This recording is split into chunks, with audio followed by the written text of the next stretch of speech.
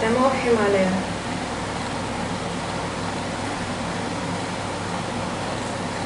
ஒருத்தவங்க மனசை எப்படி நம்ம படிக்கிறது? ஒருத்தவங்க மனசை நாங்கள் படிக்க கற்றுக்கிட்டோன்னா இன்னைக்கு இருக்கிற சூழ்நிலைகள் நம்ம பிரச்சனைகளை ரொம்ப ஈஸியாக ஹேண்டில் பண்ண முடியும் அப்படின்னு நம்ம நினைக்கிறோம். ஒன்ஸ் அந்த மைண்ட் ஆப்போசிட்டில் இருக்க மைண்டை நீங்கள் ரீட் பண்ண ஆரம்பிச்சிட்டிங்கன்னா உங்களுக்கு ஒரு விஷயம் ஃபஸ்ட்டு தெரிய வந்துடும். மைண்ட் எப்பயுமே ஒரே மாதிரியே இருக்கவே இருக்காது. ஏன்னா உங்கள் மைண்டே ஃபஸ்ட்டு ஒரே மாதிரி இல்லை. எத்தனை பேரை அக்செப்ட் பண்ணுவீங்க பண்ணல அப்படின்னு தெரியல. பட் மைண்ட் ஒரே மாதிரி எல்லாம் இருக்காது. இன்னொருத்தர் மைண்டை நீங்கள் ரீட் பண்ணணும், அவங்க என்ன நினைக்கிறாங்கன்னா எனக்கு தெரியணும் அப்படின்னு யோசிக்கிறீங்க, ஆசைப்படுறீங்க அப்படின்னா nice, a good signal. First உங்கள் மைண்ட் என்ன பேசுது, நீங்கள் எப்படி செயல்படுறீங்க, நீங்கள் என்ன மாதிரியெல்லாம் நினைக்கிறீங்க, மாற்றுறீங்க, ஸ்டெடியாக இருக்கீங்களா இல்லையா, அதெல்லாம் ஃபஸ்ட்டு உங்கள் மைண்டை நீங்கள் ரீட் பண்ணணும். ஒரு அனாலிசிஸால் வேணும் நம்மளுக்கு. ஒரு விஷயம் ஒரு டைம் பிடிக்கும், இன்னொரு டைம் பிடிக்காது. ஸோ யார் அது? உங்கள் மைண்டு தான் சொல்லுது. மைண்ட் ஒரு ஆப்பனண்ட், இப்போ ஒரு ஒய்ஃபாக இருக்கட்டும், இல்லை ஒரு ஹஸ்பண்டாக இருக்கட்டும், இல்லை ஒரு மாமியாராக இருக்கட்டும், யாராக வேணாலும் இருக்கலாம். ஆப்போசிட்டில் ஒரு மைண்டு தான் வேலை செய்யுது, ஒரு மைண்டு தான் அவங்களை அப்படி பேச வைக்குது அப்படின்ற ஒரு தன்மைக்கு நீங்கள் போயிட்டீங்கன்னா, ஆன்மா லெவலுக்கு நான் பேசலை, ஸ்பிரிட் லெவலில் நான் பேசலை, சோல் லெவலில் நான் பேசலை. ஃபஸ்ட்டு மைண்டு ஆப்போசிட்டில் இப்போ பேசுகிறது ஒரு மைண்டு தான், இது தப்பாக பேசுதா, உங்கள் டியூனுக்கு ஏற்ற மாதிரி அவங்க பேசலை அப்படின்னா அது ஒரு மைண்டுன்ற தன்மைக்கு வந்துட்டீங்கன்னா உங்களுக்கு புரிய ஆரம்பிக்கும். இது உடனே என்னால் இப்போ நான் நின்று கவனிக்கிறேன் அப்படின்னா உடனே இதெல்லாம் நான் எனக்கு அந்த ஆற்றல் வந்துருமான்னு கேட்டால் இல்லை. உண்மையை சொல்லணும்னா இல்லை. ஆனால் இது ஸ்லோ அண்ட் ஸ்டெடி ப்ராசஸில் நீங்கள் நின்று கவனிச்சிங்கன்னா அது பேசுறது மைண்டு அப்படின்றது உங்களால் புரிஞ்சுக்க முடியும். அவங்க என்ன நினைக்க வராங்கன்றது உங்களுக்கு புரிய வரும். கோபம் வராது. லைக் அதான் அவங்க என்ன நினைக்கிறாங்கன்றது உங்களுக்கு தான் தெரியுதுல்ல. ஸோ நிஜமாவே சொல்கிறாங்களா, பொய் சொல்கிறாங்களா, இல்லை மேக்ஸிமம் அது பொய்யா தான் இருக்கும். ஏன்னா மைண்டோட ப்ரோக்ராம் எப்படி செய்யப்பட்டிருக்கு அப்படின்னா, mind is trying to protect you. அது எப்பயுமே ஒரு ஒரு செல்ஃப் ப்ரொடெக்ஷன் மாதிரி. ஃபார் எக்ஸாம்பிள், இப்போ உங்களுக்கு முன்னாடி ஒரு ஆப்பர்ச்சுனிட்டி வந்திருக்கு, உங்களை பற்றி உங்களுக்கு நல்லாவே தெரியும். இப்போ என்ன எடுத்துக்கலாம்,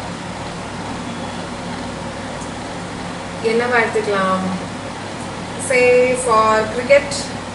ஓகே, இப்போ நீங்கள் நல்ல ஒரு பேட்ஸ்மேன்னா தெரியும், உங்களை நம்பி ஸ்பான்சர் பண்ணுறதுக்கு யாரோ வராங்கன்னு வச்சுக்கலாம். இவ்வளோ நாள் உங்களுக்கு நல்ல பேட்ஸ்மேன், நீங்களும் உங்களை ஃபுல்லாக நம்புறீங்க, மற்றவங்க எல்லாரும் சொல்கிறீங்க. ஆனால் உங்களை நம்பி ஸ்பான்சர் பண்ணுற தொகை அது ஒரு ஆப்பர்ச்சுனிட்டி உங்களுக்கு, சரியா? இப்போ ஒரு கண்ட்ரிக்காக நீங்கள் விளையாட இறங்கலாம், வாட் எவர் இட் இஸ். ஒரு பெரிய ஆப்பர்ச்சுனிட்டி உங்கள் மேலே ஸ்பான்சர்ஷிப் கொடுத்து நிறைய அமௌண்ட் பண்ணுறாங்கன்னா, சேவ் ஃபார் லைக் 20 crores பண்ணுறாங்க அப்படின்னு வச்சுக்கலாம். நீங்கள் இவ்வளோ நாள் வெறும் ஒரு எப்படி சொல்ல, ஒரு 1 lakh இல்லை 50,000 அந்த மாதிரி ஒரு ஸ்பான்சர்ஷிப் தான் நீங்கள் பார்த்துருக்கீங்க. வாட் இஃப் ஒரு 20 crore அப்படின்னு வரும்போது நீங்கள் ஓகே, நம்ம ஒரு நல்ல பேட்ஸ்மேன், நம்ம பேட்ஸ்மேனாக இருக்கலாம், நம்ம முன்னாடி போகலாம். ஆனால் அந்த மைண்ட் என்ன சொல்லும் அப்படின்னா, மைண்டு உங்களை ப்ரொடெக்ட் பண்ண நினைக்கும். ஏன் அப்படின்னா அவங்க ஒரு டிஸ்க்ளைமர் கொடுக்குறாங்க. அந்த கிரிக்கெட் அந்த ஸ்பான்சர்ஷிப் ஒருவேளை நீங்கள் ஒழுங்காக இங்கே பேட் பண்ணலை, ஒரு பேர் எடுக்கலை அப்படின்னா you will be totally out of the team. இனிமேல் இங்கே எங்கேயுமே விளையாட முடியாதுன்ற மாதிரி. ஆனால் நீங்கள் ஒரு சூப்பரான ஒரு பிளேயர், எல்லாருக்குமே தெரியும், உங்களுக்கும் தெரியும். இந்த மைண்ட் என்ன பண்ணும் தெரியுமா? இப்படி ஒரு ஆப்பர்ச்சுனிட்டி வந்திருக்குன்னா, ஏய் நீ போகாத, வேண்டாம், இருக்கிறதும் போயிடும். நீ ஆல்ரெடி ஒரு 50,000 இல்லை 1 லட்சத்துக்காக நீ ஆடிட்டு இருக்க, இப்போ அதுவும் போயிடும். அதனால் இந்த ஆப்பர்ச்சுனிட்டிலாம் நீ எடுக்காத. ஆமாம், நீ ரொம்ப நல்லா விளையாடுவ தான், ஆனால் நீ ஒருவேளை இதாகிட்டீங்கன்னா உன் டோட்டல் கேரியரே ஸ்பாயில் ஆயிடும். இதுதான் மைண்டு. இதுதான் மைண்ட். ஆக்சுவலாக அது நீங்கள் இல்லை. நீங்கள் எஸ் நான் பண்ண முடியும், வா சூப்பர், இப்படி ஒரு ஆஃபர் நம்மளுக்கு கொடுத்துருக்கு, நம்ம முன்னாடி போகலாம், நம்ம நிறைய ஃபெமிலியர் ஆகலாம், ஃபேமஸ் ஆகலாம்னு யோசிக்க தோணும். ஆனால் இந்த மைண்ட் எப்பயுமே ஒரு ப்ரொடெக்ஷன், அது ஒரு எப்படி சொல்கிறது, அது மாற்றிக்கிட்டே இருக்கும். அதை நின்று கவனிச்சா மட்டும்தான் தெரியும். மற்றவங்க மைண்டை விட்டுட்டு போது உங்கள் மைண்டை வந்து நீங்கள் நின்று கவனிச்சிங்கன்னா அது எவ்வளோ அழகாக ஒரு பிளேயர் ஆடுன்றதே உங்களுக்கு தெரியாது. பார்க்குறதுக்கு எல்லாத்துக்கும் ஆசைப்படுவோம், மாற்றி மாற்றி பேசுவோம், ஒருத்தரை பற்றி ஒரு நாள் இப்படி பேசுவோம், இன்னொருத்தரை பற்றி வேற மாதிரி பேசுவோம், அதே நபரை பற்றி. இந்த மைண்ட் இப்படி தான். ஸோ உங்கள் மைண்டையே நீங்கள் ஃபஸ்ட்டு ரீட் பண்ண ஆரம்பிச்சிங்க அப்படின்னா இதுக்கெல்லாம் நிதானம் வேணும். இதே சிந்தனையில் இருந்தால் தான் அந்த ஆற்றல் முதல்ல உங்களை வந்து பார்க்கும். சரி ஓகே இவங்க ஏதோ நினைக்கிறாங்க அப்படின்னு அந்த ஆற்றல் எட்டி பார்க்கும், அந்த ஆற்றல் உள்ளே இறங்கும். இதை தாண்டி பயிற்சி பண்ணணும். நீங்கள் வந்து ஒரு குரு கிட்ட நீங்கள் தீட்சை வாங்கியிருக்கலாம், நீங்கள் பயிற்சி பண்ணணும், கருணையில் எப்பயுமே இருக்கணும், குருவின் ஆசி எப்பயுமே இருக்கணும். ஏன்னா அவங்க எல்லாருமே ஒரு சூப்பர் கான்ஷியஸ் லெவல் இல்லையா. நம்ம வந்து அந்த நார்மல் ஹியூமன் பீயிங்ஸ் இந்த 3D வந்து எப்படி இயங்குதுன்னா கான்ஷியஸில் தான் இயங்குது. இப்போ நம்ம அதோட ஒரு ஹையர் கான்ஷியஸ் அப்படி போகணும் அப்படின்னா இந்த மூணையும் நம்ம பின்பற்றிக்கணும். ஃபஸ்ட்டு அந்த நிலையிலேயே நம்ம சுற்றணும். அப்போ தான் இந்த 3D இந்த மெட்டீரியலிஸ்டிக் லைஃப், இந்த உலகத்தில் அந்த மெட்டீரியல் இருக்குல்ல, இந்த உலகத்தை விட்டுட்டு இருக்கணும். ஆனால் அந்த உலகத்தை யோசிக்கணும். அப்படி யோசிக்கும் போது தான் அவங்களோட குருவின் ஆற்றல் நம்மளுக்குள்ளே இறங்கும். அப்படி இறங்கும் போது தான் ஆப்போசிட்டில் உட்காந்துட்டு இருக்கவங்க என்ன நினைக்கிறாங்கன்றது நம்மளுக்கு தெரிய வரும். சரி இதெல்லாம் தெரிஞ்சு நான் என்ன பண்ண போகிறேன் தெரிஞ்சுக்கலாம், ஆனால் அது அவங்ககிட்ட சொல்லவும் கூடாது. இது எப்படின்னா அடுத்தடுத்த லெவலில் உங்களை அதுவே எடுத்துகிட்டு போயிடும். பார்க்க உங்களுக்கு என்னன்னா அவங்களோட பாஸ்ட் லைஃப், முன்ஜென்மம், அது எல்லாமே ரொட்டேட் ஆகும். ஏன் உங்களை பற்றியே கூட தான் வரும், எல்லாமே வரும்.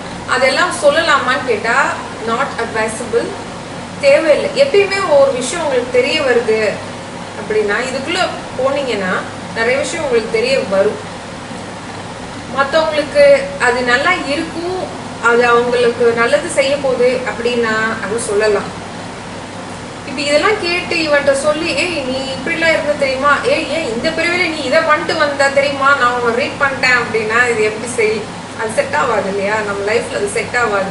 அவங்க நம்ம க்ளோஸ் டு ஒன்ஸாக இருக்கலாம், இல்லை விரோதியாக கூட இருக்கலாம். ஸோ அது தேவையில்லை.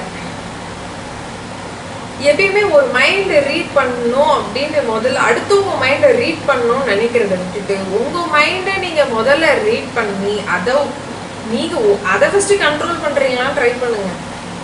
இல்லை மைண்டு உங்களை கண்ட்ரோல் பண்ணிட்டு இருக்கான்றதே ஒரு புரிதல் இல்லாமல் அடுத்தவங்க என்ன நினைக்கிறாங்க, நான் அதை கண்டுபிடிக்க போகிறேன், அந்த ஆற்றல் எனக்கு வேணும் அப்படின்னு சொல்லி இங்கே யூடியூப் வீடியோஸ் எல்லாம் ஸ்வைப் பண்ணிவிட்டு, இல்லை யாருக்கிட்டையாவது போய் ஷார்ட்கட் இருக்கா, என் ரிலேஷன்ஷிப்பில் ஒரு பிரச்சனை இருக்குது, ஸோ நான் அதுக்காக வந்து இந்த மாதிரி மைண்ட் ரீடிங் டெக்னிக் நிறைய அவைலபிள் இல்லையா இப்போ சோஷியல் பிளாட்ஃபார்மில். இதெல்லாம் விட்டுட்டு நம்ம எதுக்கு வந்திருக்கோமோ அதை விட்டுட்டு மற்ற எல்லா வேலையும் பண்ணுறீங்க. ஸோ இது ஒன்று தான். மைண்ட் ரீடிங் ரொம்ப ஈஸி தான், ஆனால் அதுக்கு எதுக்கு நம்ம இது டெக்னிக் நம்ம ஃபஸ்ட்டு பழகிறோன்றது முக்கியம்.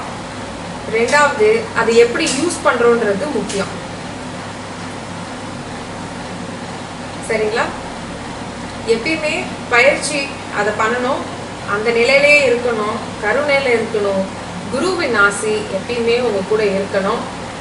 இந்த பிரார்த்தனையோட இந்த பகுதி நிறைவடைது. Sending you all love and light. இந்த லைட்டை ஃபஸ்ட்டு ஷேர் பண்ணுங்கள். நீங்களும் ஒரு லைட் பார்ட்டிகள், அது தயவு செஞ்சு மறந்துடாதீங்க. உங்களுக்குள்ளே இருக்க ஒரு ட்ரூ பொட்டென்ஷியல் உங்களுக்கு லிமிட்டே கிடையாது. மைண்டை ரீட் பண்ணுறதுலாம் ஒரு பெரிய வித்தையே கிடையாது. இதுக்குள்ளே நீங்கள் போனீங்கன்னா உங்களுக்கே தெரியுது இதெல்லாம் ஒரு விஷயமா அப்படின்னு நீங்களே கடந்து போயிடுவீங்க. கடந்து போயிட்டா ரொம்ப நல்லது. இதுவே ஒரு பெரிய விஷயம்னு உட்காந்திங்கன்னா அதே இடத்துல உட்காந்துக்க வேண்டியது தான். ஏன்னா அதுவும் உங்களை உட்கார வைக்கிறதும் உங்கள் மைண்டு தான். ஏன் இந்த லெவல் போதும் நம்ம இங்கே உட்காந்துக்கலாம் அப்படின்னு சொல்கிறதும். ஸோ எல்லாமே மைண்டு தான். மைண்டை தாண்டி பார்க்கணும். மைண்டை தாண்டி பார்த்தீங்கன்னாவே எல்லாமே உங்களுக்கு புரியும், இங்கே என்ன நடக்குது, உங்களை சுற்றி என்ன நடக்குதுன்னு. ஸோ நம்ம எல்லாரும் லைட் பார்ட்டிகளாகவே மாறுவோம். நமோ ஹிமாலயா.